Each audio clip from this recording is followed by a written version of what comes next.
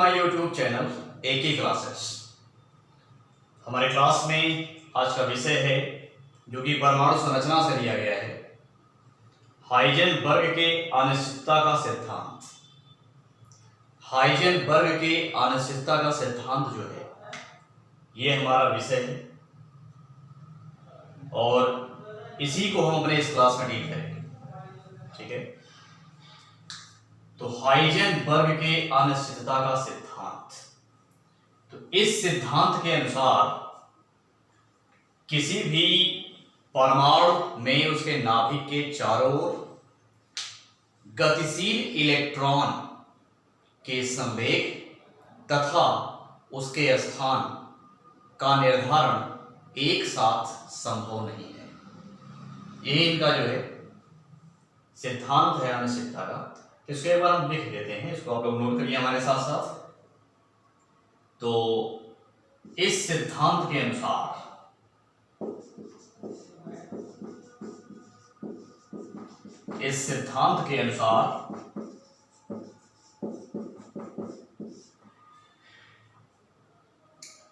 किसी भी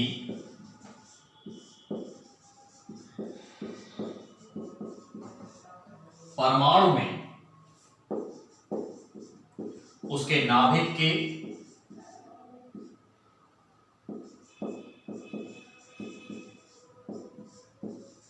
चारों ओर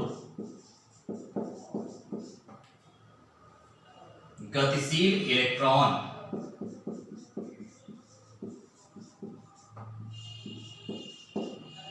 की स्थिति मतलब पोजीशन या उसका स्थान तथा संवेग का एक साथ निर्धारण असंभव है या संभव नहीं है।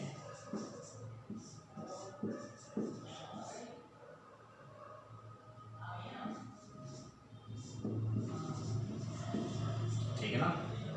तो किसी भी परमाणु में उसके नाभिक के चारों ओर गतिशील इलेक्ट्रॉन की स्थिति तथा संवेग का एक साथ निर्धारण संभव नहीं है।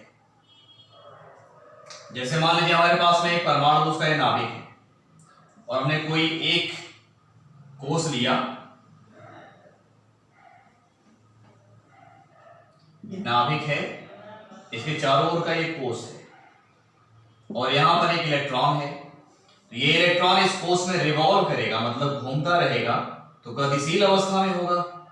और हम जानते हैं इलेक्ट्रॉन का कुछ ना कुछ द्रव्यमान भी होता है और इलेक्ट्रॉन की कुछ ना कुछ गति भी है। गति मतलब इसकी स्पीड है, स्पीड का मतलब चाल, लेकिन एक दिशा में है प्रॉपर। ठीक है, इसको हम वेलोसिटी कह सकते हैं। वेलोसिटी मतलब वेग।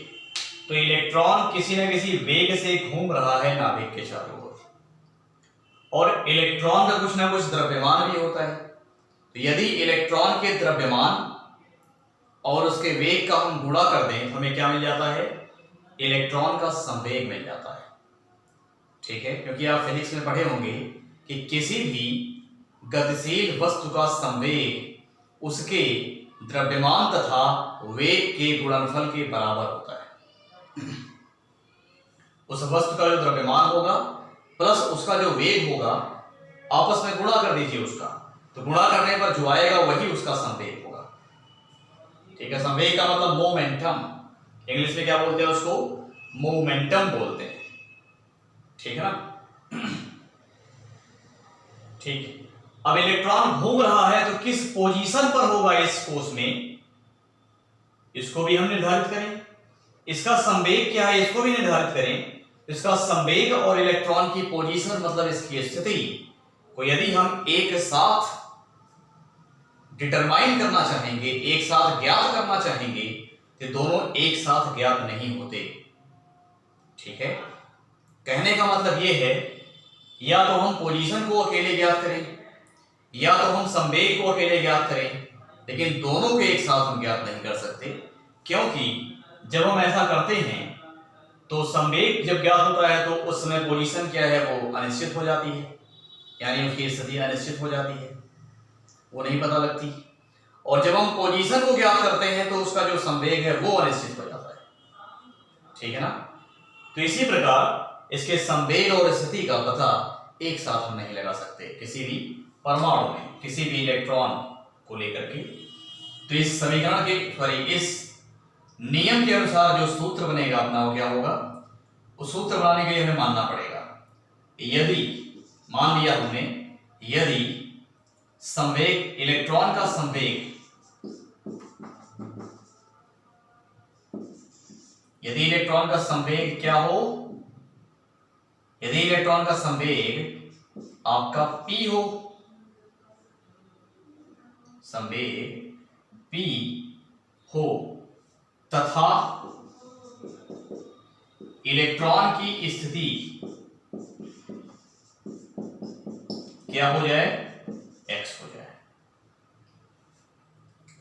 तो यहां पर जो सूत्र बनेगा वो क्या बनेगा, ये बनेगा delta x into delta p is greater and also equal to h/4 ठीक है ना। ये होता है, मतलब ये वैल्यू h/4 से बड़ी भी हो सकती है और ये वैल्यू h/4 के बराबर भी हो सकती है। ये बड़े का साइन है और ये बराबर का साइन है, तो greater and also equal to, ये इसका मतलब होता है। इस इक्वेशन में लिखेंगे जहां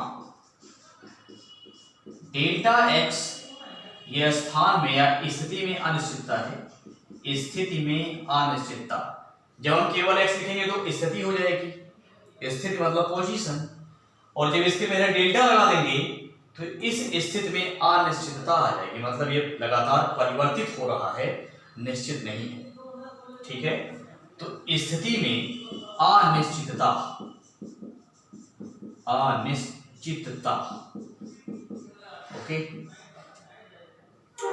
एंड जो डेल्टा p है क्या होगा, संवेग में अनिश्चितता, संवेग में अनिश्चितता, ठीक।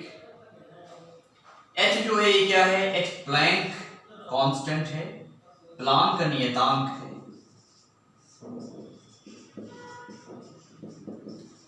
प्लैंक नियतांक, इसकी वैल्यू कितनी होती है 6.6 इंटू 10 की पावर -34, ठीक है, 6.6 इंटू 10 की पावर -34 इसकी वैल्यू होती है। और यहाँ पाई का मान 22/7 आपको पता है, तो ये हो गया समीकरण। तो ये वैल्यू आप याद रखिए, इसमें लिखने की कोई आवश्यकता नहीं। तो यहाँ पर जो वैल्यू है किसकी, प्लैंक नियतांक की, आपको याद होनी चाहिए, कितनी होती है 6.6 इंटू 10 की पावर -34, ठीक है, बात समझ गए ना, ये होगा। अच्छा 6.6 इंटू 10 की पावर -34 किस में यूनिट क्या होगी, उसकी जूल होगी, क्योंकि वो ऊर्जा का नियतांक है, ठीक है ना, तो जूल होगी, ठीक। तो ये बात हमारे ख्याल से आपको समझ में आ गई होगी। तो ये है हाइजेनबर्ग के अनिश्चितता का सिद्धांत। ये सिद्धांत लिखा है, इसमें मान लिया गया संवेग p और ये स्थिति x, इसमें अनिश्चितताएं कितनी हो जाएंगी, delta x and delta p, तो डेल्टा x और delta p is greater and also equal to h/4 यही आपका क्या है, हाइजेनबर्ग के अनिश्चितता का सिद्धांत है। इसमें हमें ये बात समझ में आई कि किसी भी घूमते हुए इलेक्ट्रॉन की जो स्थिति है और उसका जो संवेग है उसको हम एक साथ ज्ञात नहीं कर सकते, जब भी करेंगे तो अलग अलग ज्ञात करेंगे। हाइजेनबर्ग ने हमें यही बात बताई, ठीक है। तो इस क्लास में स्टूडेंट्स इतना ही, ओके, जय भारत।